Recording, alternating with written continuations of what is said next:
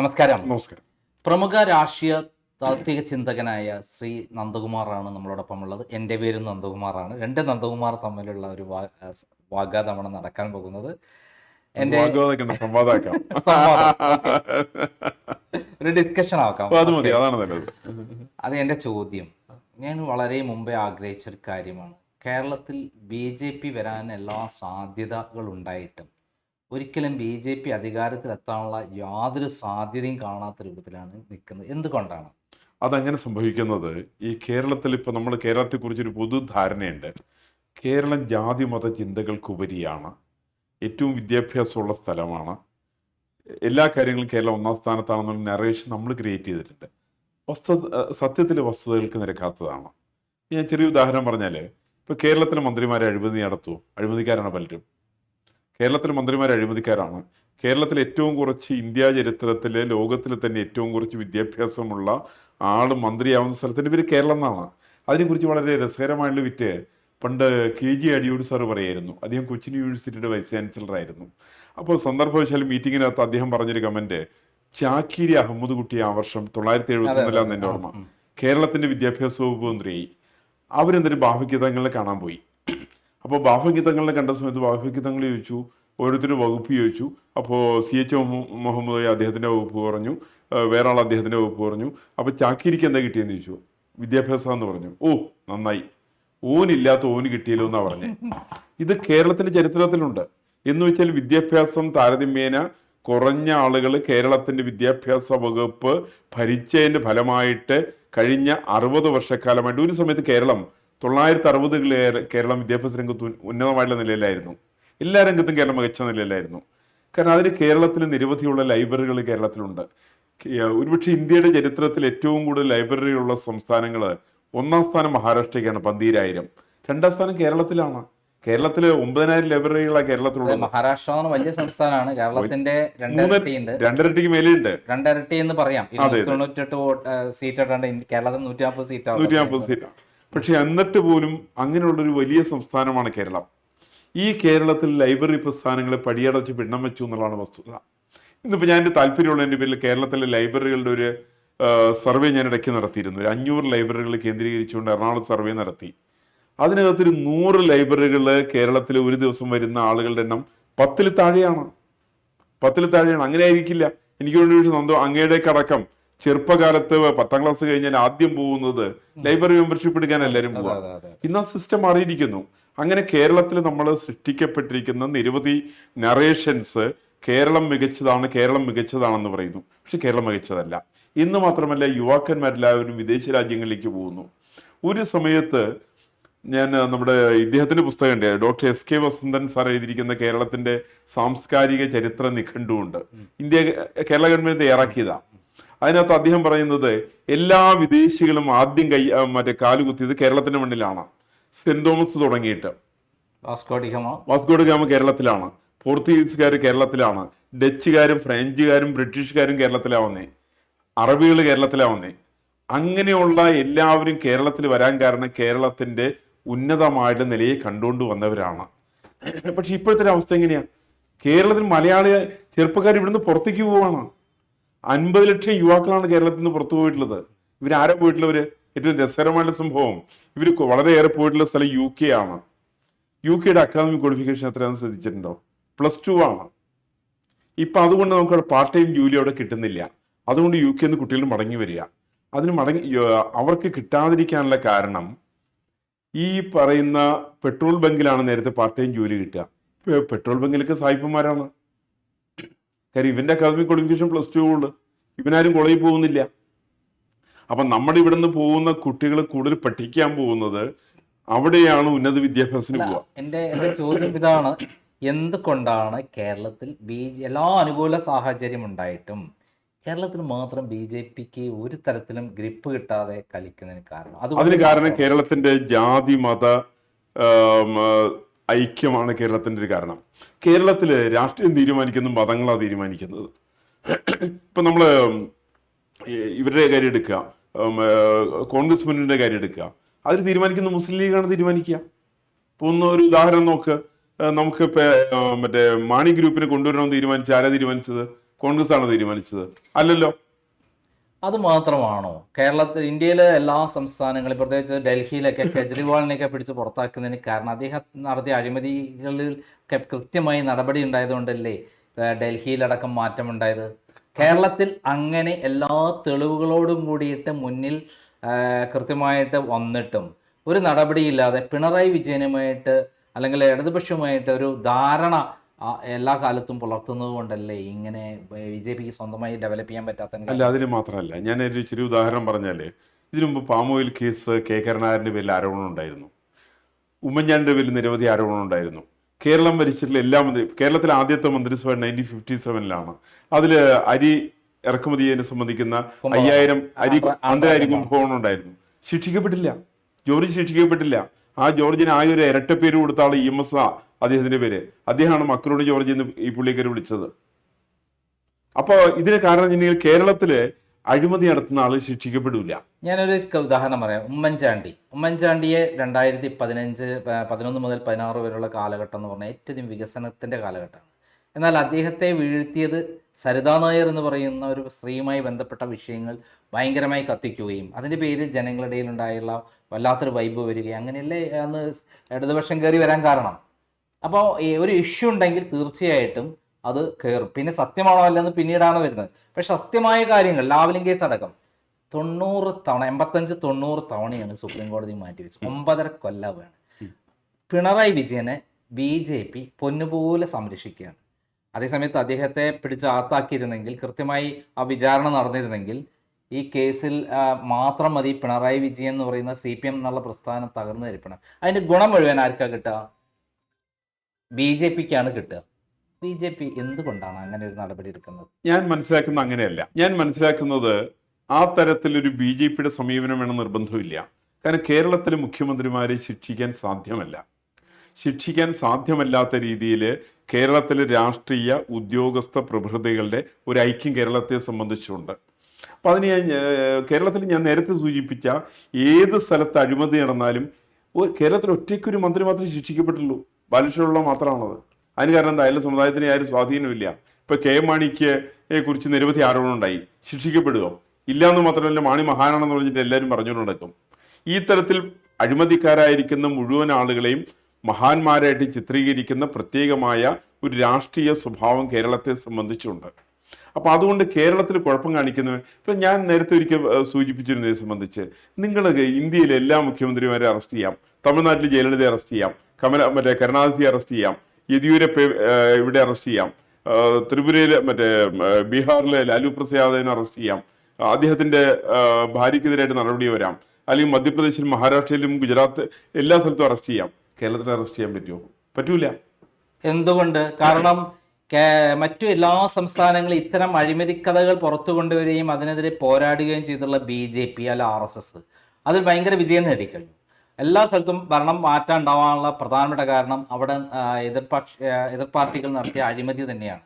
അപ്പോൾ അത്തരം കാര്യങ്ങളിൽ ഏറ്റവും ശക്തമായി തെളിവുകളുള്ള, എന്നെ സംബന്ധിച്ച് എൻ്റെ ജീവൻ പോലും പണയം വെച്ചിട്ട് ഞാൻ ഫൈറ്റ് ചെയ്ത് കൊണ്ടുവന്ന് തെളിവുകൾ കൊടുത്ത്, അവർക്ക് CBI തെളിവ് കൊടുക്കലായിരുന്നു, ഞാൻ തെളിവുകൾ കൊടുത്ത് അതിൻ്റെ പിന്നാലെ ഡോക്യുമെൻ്റൊക്കെ കളക്ട് ചെയ്ത് അങ്ങനെ ശരിയായ വിധത്തിൽ അന്വേഷണം നിന്നൊരു കേസിൽ അട്ടിമറിച്ച് സുപ്രീം കോടതി എത്തിയപ്പോൾ 9 വർഷമായിട്ട് BJP ഗവൺമെൻറ് സംരക്ഷിക്കുകയാണ്. സോളിസിറ്റർ ജനറൽ ഉളുപ്പില്ലാതെ വന്ന് പറയുകയാണ് സമയം വേണം 9.5 വർഷം. ബാലകൃഷ്ണപിള്ള വേഴ്സസ് അച്യുതാനന്ദൻ കേസിൽ കൃത്യമായിട്ടുള്ള വിധി എന്താണ്? ഇത്തരത്തിലുള്ള അഴിമതി കേസുകൾ എത്രയും വേഗം തീർപ്പാക്കണം എന്നാണ്. ചരിത്രത്തിൽ ആദ്യമായിട്ടാണ് പിണറായി വിജയന് വേണ്ടിയിട്ട് ഒരു സെൻട്രൽ ഗവൺമെൻറ് BJP ഗവൺമെൻറ് ഇങ്ങനെ നിന്നു കൊടുക്കുന്നത്. ഇത്തരം കാര്യങ്ങളല്ലേ ശരിക്കും BJP ഇവിടെ വളരാത്തതിന് കാരണം? അതല്ല. കാരണം കേരളത്തെ സംബന്ധിച്ച് ഇന്ത്യയിലെ ഏത് സംസ്ഥാനത്ത്, ഇപ്പോൾ ഉത്തർപ്രദേശ് അടക്കമുള്ള സ്ഥലങ്ങളിൽ ഒരു സമയത്ത് ജാതിയായിരുന്നു കാര്യങ്ങൾ തീരുമാനിച്ചിരുന്നത്. ഇപ്പം ജാതിയല്ല തീരുമാനിക്കുന്നത്. പക്ഷേ കേരളത്തെ സംബന്ധിച്ച് എങ്ങനെയത്? കേരളത്തിലെ ജാതി പ്രസ്ഥാനങ്ങൾ കേരളത്തിൻ്റെ രാഷ്ട്രീയത്തിൽ വലിയ സ്വാധീനമാണ് ചെലുത്തുന്നത്. കേരളത്തിലെ മതപ്രസ്ഥാനങ്ങൾ, മതത്തിൻ്റെ ഒരു തങ്ങൾ തീരുമാനിച്ചാൽ മതി. കേരളത്തിൽ ചില ഹെജിമണീസ് നിലവിലുണ്ട്. ഞാൻ ഇടയ്ക്ക് ഒരു ഡിസ്കഷനിൽ പറഞ്ഞിരുന്നു, കേരളത്തിൽ സാമൂഹ്യ രംഗത്ത് ബ്രാഹ്മണിക്കിലെ ഹെജിമണി ഉണ്ട്, വസ്തുതയാണത്, നമ്മൾ തർക്കിക്കാൻ സാധ്യമല്ല. അതേ സമയത്ത് രാഷ്ട്രീയ രംഗത്ത് ഒരു തങ്ങളിക്കൽ ഹെജിമണിയുണ്ട്, ഒരു ലോഹ ഹെജിമണി ഇവിടെ ഉണ്ട്. ഈ ഹെജിമണിയെ സംബന്ധിച്ച് നമ്മൾ ചർച്ച ചെയ്യുന്നില്ല. കാരണം കേരളത്തിൽ ഏത് വിഷയവും ഭരിക്കുന്നവർക്ക്, പ്രത്യേകിച്ച് പ്രമുഖമായിരിക്കുന്ന രാഷ്ട്രീയ പ്രസ്ഥാനങ്ങൾക്ക് അനുകൂലമായിട്ട് വരത്തക്ക രീതിയിൽ ഈ തരത്തിൽപ്പെട്ട ഹെജിമണിക്കാരെ കൃത്യമായിട്ടുള്ള ചില ആസൂത്രണങ്ങൾ നടപ്പിൽ വരുത്താറുണ്ട്. ഞാൻ ചെറിയ ഉദാഹരണം കൂടി പറഞ്ഞാൽ, ഇപ്പൊ ശബരിമല കേസ് നമ്മൾ വലിയ ചർച്ച നടത്തുന്നുണ്ട്. എത്ര വേണമെങ്കിലും ചർച്ച നടത്തിക്കോളൂ. എനിക്ക് വളരെ വ്യക്തമായിട്ട് പറയാൻ സാധിക്കും, SITയുടെ കീഴില് ഈ കേസ് അന്വേഷണം നടക്കുന്നിടത്തോളം കാലം ഈ കേസിന്റെ പല സംഭവങ്ങളും മറച്ചു വെക്കാൻ വേണ്ടിയിട്ട് SITക്ക് സാധിക്കും. കുറെ കാലം കഴിഞ്ഞ് നിവൃത്തിയില്ലാണ്ട് വരുന്ന സമയത്ത് സ്ഥാനം CBIക്ക് വിടും. എൻ്റെ ഒരു ചോദ്യം എന്ന് വെച്ചാൽ, ഇന്ത്യയിലല്ല ലോകം മുഴുവൻ ഒരു അഴിമതിക്കാരനായ കൃത്യമായിട്ട് ആളുകളെ ജനങ്ങൾ മാറ്റി, ജാതി മതവും ഒന്നുമില്ല, കേരളത്തെ പോലെ എല്ലാ മേഖലകളിലും അക്കാഡമിക് നിലവാരത്തോടെ ചിന്തിക്കുന്ന ഒരു സ്റ്റേറ്റാണ്. അക്കാഡമിക് നിലവാരമുള്ള ആളുകളെ എന്നും ജയിപ്പിച്ചെടുത്തുള്ള സ്ഥലമാണ് കേരളം. അഴിമതിക്കാരെ തോൽപ്പിച്ചെടുത്തുള്ള ചരിത്രമാണ് കേരളത്തിനുള്ളത്. പിണറായി വിജയൻ അറിയുന്നത് കേരളത്തിലെ CPMനെ നയിക്കുന്ന നേതാവാണ്. അദ്ദേഹം മാത്രമല്ല, അദ്ദേഹത്തിന് കൂടെയുള്ള കുറേ ആളുകളും അഴിമതി നടത്തിയിട്ടുണ്ട്. മാത്രമല്ല, ഈ ഫാമിലി മുഴുവൻ അഴിമതി നടത്തി എന്നുള്ള വ്യക്തമായ രേഖയുണ്ടെന്ന് BJP തന്നെയാണ് വിളിച്ചു പറയുന്നത്. നരേന്ദ്രമോദിയും അതേപോലെ അമിത്ഷായും ഇവിടെ വിളിച്ചു വന്ന് പറഞ്ഞു, പിണറായി വിജയൻ ഈ സ്വർണ്ണക്കളക്കടത്തിൽ കൃത്യമായി തെളിവുണ്ടെന്നുള്ള രൂപത്തിൽ പറഞ്ഞു കഴിഞ്ഞു. എന്തുകൊണ്ടാണ് സ്വർണ്ണക്കളക്കടത്തിൽ പോലും അദ്ദേഹത്തെ ഒന്നും വിളിച്ചു വരുത്തിയിട്ടൊന്ന് ചോദ്യം ചെയ്യാൻ പോലും ധൈര്യപ്പെടാത്തത്? ഞാൻ പ്രതീക്ഷിക്കുന്നില്ല, ഉണ്ടാവുമെന്ന് പ്രതീക്ഷിക്കുന്നില്ല. അതിന് കാരണം കേരളത്തിലെ ഉദ്യോഗസ്ഥന്മാരും കേരളത്തിലെ രാഷ്ട്രീയ നേതൃത്വം. ഇപ്പൊ ഞാനിത് പറഞ്ഞല്ലോ, ഇപ്പൊ നരേന്ദ്രമോദി പറഞ്ഞു എന്ന് പറഞ്ഞു, കേരളത്തിന്റെ പ്രതിപക്ഷത്തിലുള്ള KPCC പ്രസിഡന്റ് പറയോ? പറഞ്ഞിട്ടുണ്ട്. KPCC പ്രസിഡന്റ് ചില സമയത്ത് KPCC പ്രസിഡന്റ് പറഞ്ഞിട്ടുണ്ട്. അതേപോലെ പിന്നെ BJPയുടെ സംസ്ഥാന പ്രസിഡന്റ് സുരേന്ദ്രൻ പച്ചയെ പറഞ്ഞിട്ടുണ്ട്. പിന്നെ VD സതീശൻ പറഞ്ഞിട്ടുണ്ട്. ഇതെല്ലാവരും പറയുന്ന ഒരു കാര്യമാണ്. മാത്രമല്ല, സ്വപ്ന സുരേഷ് 164 സ്റ്റേറ്റ്മെന്റിൽ കൃത്യമായി അങ്ങനെ മൊഴി കൊടുത്തുവെന്ന് കസ്റ്റംസ് തന്നെ കോടതിയിൽ റെക്കോർഡിക്കലി കൊടുത്തിട്ടുണ്ട്. പിണറായി വിജയൻ അടക്കമുള്ള ആളുകൾ ഇതിനകത്ത് ഇൻവോൾവ് ആണ് എന്ന് പറയുന്നവരെ 164 സ്റ്റേറ്റ്മെന്റ് ഉണ്ടെന്ന് ഹൈക്കോടതിയിൽ ഈ കസ്റ്റംസ് അഫിഡവിറ്റ് ഫയൽ ചെയ്തിട്ടുണ്ട്. അതിന്റെ തെളിവ് എന്റെ കൈവശമുണ്ട്. എന്തുകൊണ്ടാണ് അദ്ദേഹത്തെ ഒന്ന് വിളിച്ചു വരുത്തിയിട്ട് പോലും ചോദ്യം ചെയ്യാൻ പേടിക്കുന്നത്? കേരളത്തെ സംബന്ധിച്ച് ഞാൻ ഇതൊന്നും പ്രതീക്ഷിക്കുന്നില്ല. കേരളത്തിലെ അഴിമതിക്കാരനായിട്ടുള്ള ഒരു മുഖ്യമന്ത്രിയും കേരളത്തില് ചോദ്യം ചെയ്യാൻ സാധ്യതയില്ല. അവര് വിളിച്ച് ചോദ്യം ചെയ്യില്ല. അവർക്ക് കേസ്, അവർക്ക് എന്തെങ്കിലും അപ്രമാദിത്വം ഉണ്ടോ? ഇന്ത്യയിലെ നിയമങ്ങളൊന്നും പാടില്ല എന്നുള്ള കേന്ദ്ര ഗവൺമെന്റിന് ഉണ്ടല്ലോ. കേന്ദ്ര ഗവൺമെന്റ് വേണ്ട, കേരളത്തിലെ നിയമമുണ്ട്. അത്തരത്തില് കേരളത്തിലെ അലിഖിത നിയമമുണ്ട്. കേരളത്തിന് ഞാൻ വേറെ പറയല്ല, കേരളത്തിന്റെ അസംബ്ലിക്കകത്ത് ഈ രണ്ടു കൂട്ടർ ഒന്നിച്ചിരിക്കുമല്ലോ, അത് വേറെ. ഒന്നിച്ചിട്ട് പ്രമേയം പാസ്സാക്കുമല്ലോ. ഇന്ത്യൻ പീനൽ കോഡ്സ് എല്ലാവർക്കും ബാധകല്ലേ? ഇന്ത്യയിലെ ജുഡീഷ്യറി സംവിധാനങ്ങൾ, നിയമങ്ങൾ എല്ലാം, ഏത് പിണറായി വിജയനായി ശരി, ഇന്ത്യൻ പ്രസിഡന്റിന് കീഴിലുള്ള താഴെ ആരാണെങ്കിലും ശരി, ഇന്ത്യൻ പ്രസിഡന്റ് മാത്രമാണ് ഇന്ത്യയിൽ പരിരക്ഷയുള്ളത്. പ്രധാനമന്ത്രിയാണ് പോലും അദ്ദേഹത്തെ കൃത്യമായി ചോദ്യം ചെയ്യാനും അദ്ദേഹം തെറ്റുകാരനാണെങ്കിൽ നിയമപ്രകാരം നടപടി സ്വീകരിക്കാനുള്ള രാജ്യത്ത് പിണറായി വിജയനെ മാത്രം സംരക്ഷിക്കുന്നത് എന്തുകൊണ്ട്? പിണറായി വിജയൻ എന്ന് മാത്രമല്ല, കേരളത്തിന്റെ ഒരു മുഖ്യമന്ത്രിക്കെതിരായിട്ടും ഇത്തരത്തിൽ അന്വേഷണം നടന്നിട്ടില്ല. അഴിമതിക്കാരില്ല അല്ലാത്ത മുഖ്യമന്ത്രിമാരുണ്ടായിട്ടില്ല. പലരും അഴിമതിക്കാർ തന്നെയായിരുന്നു. അതേപോലെ തന്നെ പല മന്ത്രിമാരും കേരളത്തിലെ അഴിമതിക്കാരായിരുന്നു. B. വില്യംടനെതിരായിട്ട് അഴിമതി ഉണ്ടായിരുന്നു. TV തോമസിനെതിരായിട്ടുണ്ടായിരുന്നു. അപ്പൊ ആ നിലപാടാണ് കേന്ദ്ര ഗവൺമെന്റിനുള്ളത്. അല്ല, കേന്ദ്ര ഗവൺമെന്റിനെ സംബന്ധിച്ചാണെങ്കിലും വിചാരിച്ചാൽ പോലും ഒന്നും ചെയ്യാൻ പറ്റാത്ത രീതിയിൽ, രേഖകൾ കൃത്യമായിട്ട് ഇല്ലാത്ത രീതിയിൽ ലാവ്ലിൻ കേസിൽ കൃത്യമായിട്ട് അന്വേഷണം നടന്നില്ലേ? CBI എൻക്വയറി പിണറായി വിജയൻ പ്രതിയാണെന്നുള്ളത് വന്നില്ലേ? അവസാനം അദ്ദേഹത്തെ അന്വേഷണ ഉദ്യോഗസ്ഥനെ മാറ്റി പൈസ മേടിച്ചതിന്റെ തെളിവുകൾ കൂടി കോടതിയിൽ എത്തിയപ്പോൾ അദ്ദേഹത്തെ DYSP മാറ്റി. പക്ഷെ ആ കേസിൽ എല്ലാ രേഖകളും കോടതി എത്തിക്കുകയും പിണറായി വിജയൻ പ്രതിയാക്കുകയും ചെയ്തു. അപ്പൊ അങ്ങനെ ഒരു സാധനം അല്ല. അല്ല, പിണറായി വിജയനെ ഒരു കോടതിയും ശിക്ഷിച്ചായിട്ട് എനിക്കറിയില്ല, അത് വേറെ അറിയില്ല. ഇപ്പൊ കേരളത്തിന്റെ ഹൈക്കോടതിയിൽ കേസ് വന്നിരിക്കട്ടെ, ഹൈക്കോടതി ശിക്ഷിക്കും തോന്നുന്നുണ്ടോ? അല്ല, അത് പറയാൻ പറ്റില്ല. തെളിവുണ്ടെങ്കിൽ തെളിവുണ്ടെങ്കിൽ ഉണ്ടാവുമായിരിക്കാം. ഞാൻ ശിക്ഷിക്കാനായിട്ട് കേരളത്തിന്റെ പശ്ചാത്തലത്തില് കേരളത്തിന്റെ ഒരു രാഷ്ട്രീയ നേതാവിനും ബാലകൃഷ്ണപിള്ള ഒഴിച്ച്, സുപ്രീം കോടതിയാണ് വിധിച്ചിട്ടുള്ളത്. അതെ, ബാലകൃഷ്ണപിള്ളയ്ക്ക് ഹൈക്കോടതി വിധിച്ചു. ബാലകൃഷ്ണപിള്ളയ്ക്ക് ഹൈക്കോടതി വിധിച്ചു തന്നെയാണ് സുപ്രീം കോടതി ശരിവെച്ചത്. അത് ശരിയല്ല എന്ന് തെളിയിക്കുന്നതാണ് ബാലകൃഷ്ണപിള്ള തന്നെ. ബാലകൃഷ്ണപിള്ള മാത്രം. അതിന് കാരണം ബാലകൃഷ്ണപിള്ളയുടെ സമുദായം വളരെ ദുർബലമാണ്. അപ്പോ ഞാനൊരു കാര്യം, ലൈഫ് മിഷൻ തട്ടിപ്പിൽ വളരെ വ്യക്തമായി അതിന്റെ ലൈഫ് മിഷന്റെ ചെയർമാൻ പിണറായി വിജയനാണ്. അതില് ശിവശങ്കർ അറസ്റ്റ് ചെയ്യപ്പെട്ടു, ജയിൽ കടന്നു. സ്വപ്ന ജയിൽ കടന്നു. ഇതിൽ ഇവരുടെ കൃത്യമായി സ്വപ്നയുടെ അടക്കം മൊഴികളുടെ ഏറ്റവും പ്രധാനപ്പെട്ട തെളിവ് എന്ന് പറയുന്നത് ലൈഫ് മിഷന്റെ ചെയർമാൻ പിണറായി വിജയനാണ്. അതിന്റെ കേസ് എന്താണ്? റെഡ് ക്രസന്റ് എന്ന് പറയുന്ന UAE സന്നദ്ധ സംഘടന 19 കോടി രൂപ കേരളത്തിൽ വടക്കാഞ്ചേരിയിലെ ദുരിതാശ്വാസ പ്രളയ ദുരിതാശ്വാസപ്പെട്ട ആൾക്ക് വീട് വെക്കാൻ, ഫ്ലാറ്റ് നിർമ്മിക്കാൻ കൊടുത്ത ഫണ്ടാണ്. അതെ, അത് നിയമപ്രകാരം FCRA നിയമപ്രകാരം കറക്റ്റ് ലൈഫ് മിഷനിലേക്ക് മാത്രമേ വരാൻ പാടുള്ളൂ. ആ ഫണ്ടാണ് പിണറായി വിജയൻ ചെയർമാൻ ആയിക്കൊണ്ട് യൂണിടെക് എന്ന പ്രൈവറ്റ് സ്ഥാപനത്തിലേക്ക് അയക്കാൻ വേണ്ടി തീരുമാനം എടുക്കുന്നത്. അങ്ങനെ ഒരു തീരുമാനം എടുക്കുന്നതോടുകൂടി തന്നെ അങ്ങനെ പ്രൈവറ്റ് സ്ഥാപനങ്ങളിലേക്ക് അയക്കാൻ പാടില്ല. ലൈഫ് മിഷനിലെ പ്രത്യേക അക്കൗണ്ടിലേക്ക് മാത്രമേ FCRA പ്രകാരം വരാൻ പാടുള്ളൂ. കൃത്യമായി പിണറായി വിജയനാണ് ഒന്നാം പ്രതി എന്ന് ആയിരിക്കും ഇന്ന് വരെ പിണറായി വിജയനെ ചോദ്യം ചെയ്യാൻ. ഇതിന് വലിയ സംഗതി, ഈ സംഗതി കേസുകള് ബഹുമാനപ്പെട്ട സുപ്രീം കോടതിയിൽ മുമ്പാകെയാണല്ലോ. അല്ല, ലൈഫ് മിഷന്റെ കാര്യത്തിൽ ലൈഫ് മിഷന്റെ കേസ് ചെയ്തിട്ടില്ല, ചോദ്യം ചെയ്യപ്പെടുന്നില്ല അവിടെ. കാരണം കേരളത്തെ സംബന്ധിച്ച് കേരളത്തിലെ ഉദ്യോഗസ്ഥന്മാരും കേരളത്തിലെ രാഷ്ട്രീയ രംഗവും തമ്മിലുള്ള ഒരു അവിഹിതമായിട്ട് ബന്ധം നിലവിലുണ്ട്. കേന്ദ്ര ഗവൺമെന്റ് ഏജൻസിയാണ് അന്വേഷിക്കുന്നത്. അല്ല, ഒരു ഏജൻസി കേരളത്തിൽ വിജയിക്കില്ല. കാരണം ഞാൻ പറയാം, ഇപ്പൊ ശബരിമല പ്രശ്നം പറഞ്ഞിരിക്കട്ടെ, ശബരിമല നാളെ CBIക്ക് വിട്ടുകൊടുക്കുന്ന സമയത്ത് രേഖയൊന്നും ഉണ്ടാവില്ല. അല്ല, CBIക്ക് വിട്ടുകൊടുത്താൽ അത് ഉണ്ടാവില്ല. ഇത് ഹൈക്കോടതി നിരീക്ഷണത്തിലുള്ളതുകൊണ്ട് മാത്രമാണ് മുന്നോട്ട് പോകുന്നത്. അല്ല, ആ മുന്നോട്ട് പോകുന്നതിനെ സംബന്ധിക്കുന്നത് നിരവധി പ്രശ്നങ്ങൾ നിലവിലുണ്ട്. ഞാൻ വേറെ പറയട്ടെ, ഇപ്പൊ കടകംപള്ളി സുരേന്ദ്രന്റെ ഇതിനകത്ത് ബന്ധമുണ്ടെന്ന് പറയുന്നുണ്ട്. കടകംപള്ളി സുരേന്ദ്രന്റെ മൊഴി എടുത്തു എന്നുള്ളത് ശരിയാണോ? കടകംപള്ളി സുരേന്ദ്രനെ അറസ്റ്റ് ചെയ്യുന്നില്ലല്ലോ. അല്ല, അത് ഏത് സമയത്തും ഉണ്ടാകാമെന്നുള്ള നിലയിൽ നിൽക്കുകയാണല്ലോ. ചിലപ്പോ ഇന്ന് ഉണ്ടാവാം, നാളെ ഉണ്ടാവും എന്നുള്ള എന്റെ അറിവ്. അതെ, കുറ്റപത്രം കൊടുക്കുന്ന അവസാന നിമിഷത്തിലേക്ക് അറസ്റ്റ് ചെയ്തുകൊണ്ട് ജാമ്യം കിട്ടുന്ന രീതിയിലേക്ക് എത്തിക്കുന്ന ഒരു സംവിധാനമാണ് കേരളത്തിൽ. ഒരാളെ അറസ്റ്റ് ചെയ്ത് കഴിഞ്ഞാൽ 90 ദിവസത്തിനുള്ളിൽ വരെ വെയിറ്റ് ചെയ്തിട്ട് അതെ ആ സമയത്തിനുള്ളിൽ ജാമ്യം കിട്ടില്ല എന്നുള്ള ഈ കേസിൽ ജാമ്യം കിട്ടാൻ പോണില്ല. 90 ദിവസം കഴിഞ്ഞാൽ ഇപ്പൊ പോറ്റിക്ക് ജാമ്യം കിട്ടിയ പോലെ കിട്ടുമായിരിക്കാം. പക്ഷേ അതിന്റെ പ്രോസസ്സ് പ്രകാരം, എന്റെ അറിവ് പ്രകാരം 5 പേരെയും കൂടെ അറസ്റ്റ് ചെയ്യാനുള്ള നീക്കങ്ങൾ നടക്കുന്നു എന്ന് കൃത്യമായുള്ള വിവരമാണ് എൻ്റെ അടുത്തുള്ളത്.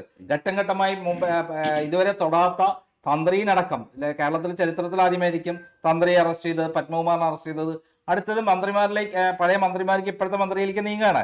അതിനുള്ള എവിഡൻസ് വന്നിട്ടുണ്ടെന്നാണ് ഞാൻ മനസ്സിലായത്. പക്ഷെ കേന്ദ്ര കുറ്റാന്വേഷണ ഏജൻസി എന്ന് പറയുന്നത് നമ്മൾ കേട്ടിടത്തോളം ഇന്നുവരെ അത് സത്യസന്ധമായിട്ടാണ് നീങ്ങുന്നതെന്നാണ്. ഏത് മുഖ്യമന്ത്രിയായാലും ആരാണ് ശരി, നിയമം എല്ലാവർക്കും ഒരേപോലെയാണ്. പിണറായി വിജയനെ മാത്രം സംരക്ഷിച്ചുകൊണ്ട്, അല്ലെങ്കിൽ അവരെ കുടുംബത്തെ മാത്രം പിന്നെ ഏറ്റവും അടുത്തൊരു കേസ് നമ്മുടെ PC ജോർജിന്റെ മകൻ കൊടുത്തൊരു കേസാണ്. പാവം ഇതില്ലേ, പേര് മറന്നു അങ്ങേരുടെ, ഷോൺ ജോർജ് കൊടുത്ത കേസാണ്. കരിമണൽ കർത്തയുമായി ബന്ധപ്പെട്ട കേസ്, കരിമണൽ ഊറ്റിയെടുത്തതുമായി ബന്ധപ്പെട്ട കേസ്.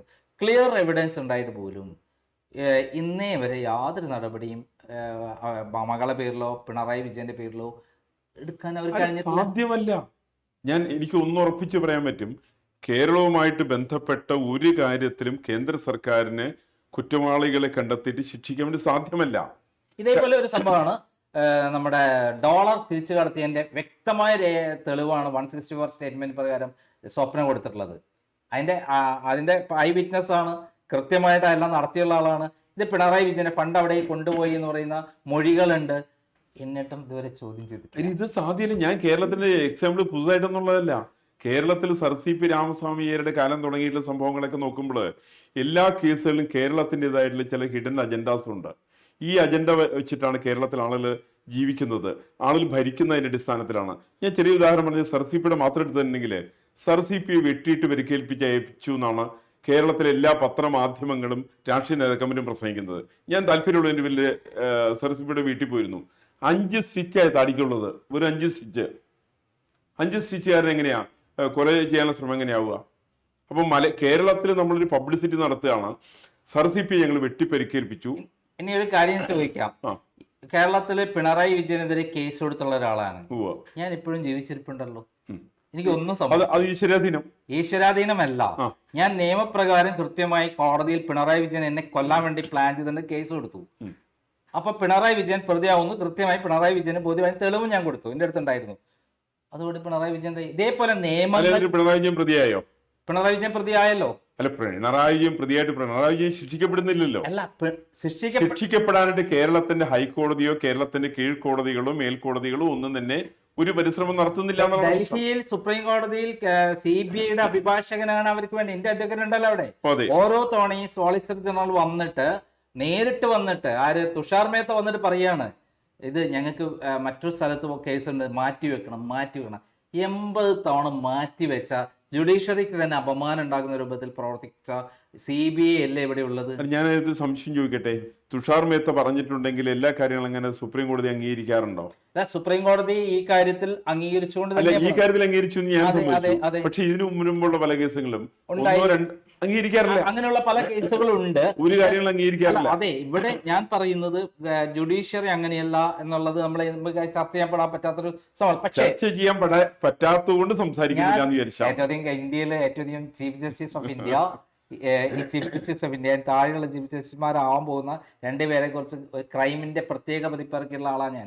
അവര് കള്ളന്മാരാണെന്നും അവര് സെക്ഷലി ഇങ്ങനെ പെൺകുട്ടികളെ അല്ല വ്യക്തമായി തെളിവുണ്ടെന്നും അവർ നടത്തിയ കച്ചവടം ചെയ്തതിന് തെളിവടക്കം പ്രസിദ്ധിച്ചുള്ള ആളാണ് ഞാൻ. ജുഡീഷ്യറിയെ എനിക്ക് അങ്ങനെ അല്ലാന്ന് തെറ്റുണ്ടെങ്കിൽ ചൂണ്ടിക്കാണിക്കാനുള്ള എല്ലാ അധികാരവും ഉണ്ട്.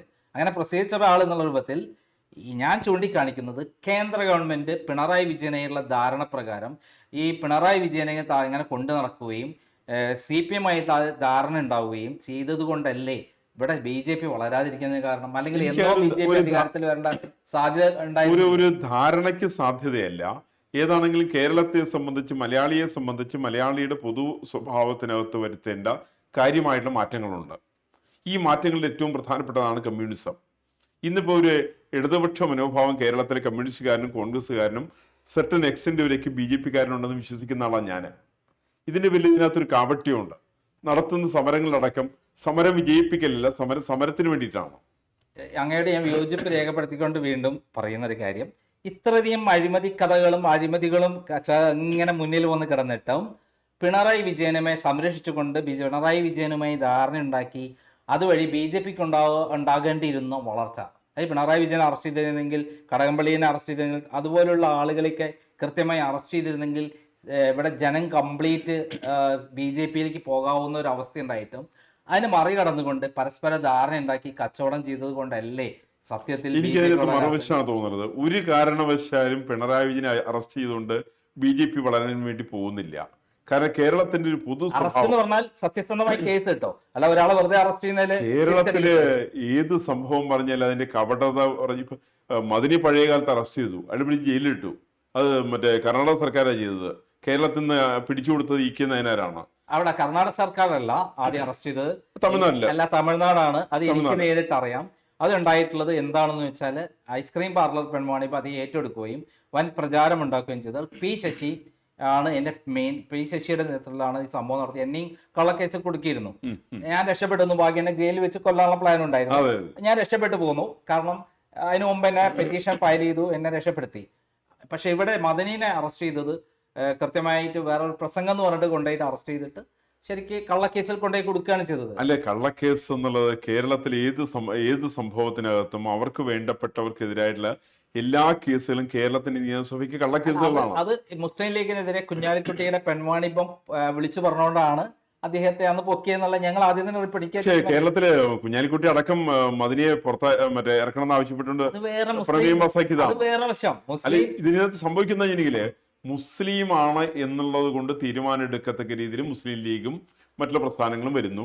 അതിനെ പിന്താങ്ങുന്ന രീതിയിൽ ഇടതുപക്ഷവും വലതുപക്ഷവും ഒന്നിച്ചു നിൽക്കുന്നു എന്നുള്ളതാണ് കേരളത്തിന്റെ പ്രശ്നം. അല്ല, ആവട്ടെ, നിയമത്തിന്റെ വഴിക്ക് കൃത്യമായി നടപ്പിലാക്കാതെ BJP കാണിക്കുന്ന ഈ അധമമായ പ്രവൃത്തി പിണറായി വിജയൻ വഴി അല്ലെങ്കിൽ അദ്ദേഹത്തെ അറസ്റ്റ് ചെയ്ത് കഴിഞ്ഞാൽ BJP-ക്ക് ഗുണം ചെയ്യോ ഇല്ലേ എന്നൊക്കെ നോക്കാതെ കൃത്യമായി കച്ചവടം ചെയ്യുകയാണ്, ഇത്തരം കേസുകൾ വെച്ച് ബ്ലാക്ക് മെയിൽ ചെയ്ത് കച്ചവടം ചെയ്യുകയാണ് എന്ന് പറയുന്നതല്ലേ അംഗീകരിച്ചിരിക്കുന്നത്? അല്ലല്ലോ, അങ്ങനെയല്ലല്ലോ. അങ്ങനെ ആ തരത്തിലല്ല. ഇപ്പോ BJP ആണെങ്കിലും കോൺഗ്രസ് ആണെങ്കിലും CPM ആണെങ്കിലും ആര് ചെയ്യുന്ന തെറ്റുകളും തെറ്റാണ് എന്ന് തന്നെ അംഗീകരിക്കണം. എനിക്കൊരു പക്ഷേ ഞാൻ തന്ത്രിയുടെ കേസിൽ തന്നെ പറഞ്ഞാല് തന്ത്രി അറസ്റ്റ് ചെയ്യുന്ന ആവശ്യപ്പെട്ട കേരളത്തിലെ ആദ്യത്തെ പൊതുപ്രവർത്തകൻ ഞാനായിരിക്കും. അത് അംഗീകരിച്ചു. ഒരു മാസം മുമ്പ് ഞാനത് പറഞ്ഞു. Doctor K. രാധാകൃഷ്ണൻ ഇതേപോലെ പറഞ്ഞു. അത് എന്ന് വെച്ചിട്ടുണ്ടെങ്കിൽ നമ്മൾ രാഷ്ട്രീയം ഏതാണെന്നുള്ള നോക്കരുത്. ഈ സമൂഹത്തിന്റെ വികസനത്തിന് അനിവാര്യമായിട്ടുള്ള രീതിയിൽ BJP തെറ്റിനെ ചൂണ്ടിക്കാണിക്കുക തന്നെ വേണം. അപ്പൊ ഈ പിണറായി വിജയനെതിരെയും അതേപോലെയുള്ള ആളുകൾക്കെതിരെയുള്ള കൃത്യമായ തെളിവുകളുള്ള സാക്ഷിമൊഴികളുള്ള 164 സ്റ്റേറ്റ്മെന്റുള്ള കാര്യങ്ങൾ അദ്ദേഹത്തെ ചോദ്യം ചെയ്യുമ്പോഴും ചെയ്യാതിരിക്കുന്ന സംരക്ഷിച്ചുകൊണ്ടിരിക്കുന്നത്. ഇത് തെറ്റാന്ന് പറയുന്നതിനാണ് മാന്യത. നിങ്ങൾ തെറ്റിനെ തെറ്റായിട്ട് തന്നെ കാണണം. ഒരു തെറ്റിനെയും മൂടി വെക്കാൻ വേണ്ടി പോരുത്. ഇപ്പൊ പിണറായി വിജയന്റെ സംഭവത്തിനകത്തുള്ള തെറ്റുകൾ നമ്മൾ പറയുന്ന സമയത്ത് ഇപ്പൊ നേരത്തെ ശബരിമലയ്ക്കകത്ത് എത്രത്തോളം പങ്ക് അവിടുത്തെ സ്വർണ്ണാഭരണങ്ങൾ കൊണ്ടുപോകുന്ന കാര്യത്തിൽ കടകംപള്ളിക്ക് പറയുന്നുണ്ടോ, അത്ര ഉത്തരവാദിത്വം സോണിയാഗാന്ധിക്കും ഉണ്ട്. ഇത് ചർച്ച ചെയ്യപ്പെടുക തന്നെ വേണം. അല്ല എന്റെ വിഷയം ഇതിനകത്ത് അല്ല, എന്റെ ഒരു രാഷ്ട്രീയം ചോദ്യം നോക്കിയല്ല ചർച്ച അല്ല, ചെയ്യുന്നത്. എന്റെ ഒരു ചോദ്യം അങ്ങനെ ആ വിഷയത്തിലേക്ക് കടക്കുന്നില്ല ഞാൻ. ആ. നമുക്ക് അടുത്ത വിഷയത്തിലേക്ക് sure, കടക്കാം. എന്തായാലും ബഹുമാന്യനായ ശ്രീ നന്ദകുമാർ RSSന്റെ താത്വിക ചിന്തകനായ അദ്ദേഹം കൃത്യമായി പറയുന്നത് പിണറായി അല്ല ആരായാലും ശരി നിയമപരമായി നടപടിയെടുക്കണം, അവിടെ രാഷ്ട്രീയം നോക്കരുത്, ബന്ധങ്ങൾ നോക്കരുത്, അതാണ് ഇന്ത്യൻ നിയമപ്രകാരം നടത്തേണ്ടത്, എന്നാൽ മാത്രമേ രാഷ്ട്രീയ സദാചാരത നിലനിൽക്കുകയുള്ളൂ എന്നാണ് അദ്ദേഹം പറഞ്ഞിട്ടുള്ളത്. നന്ദി, നമസ്കാരം.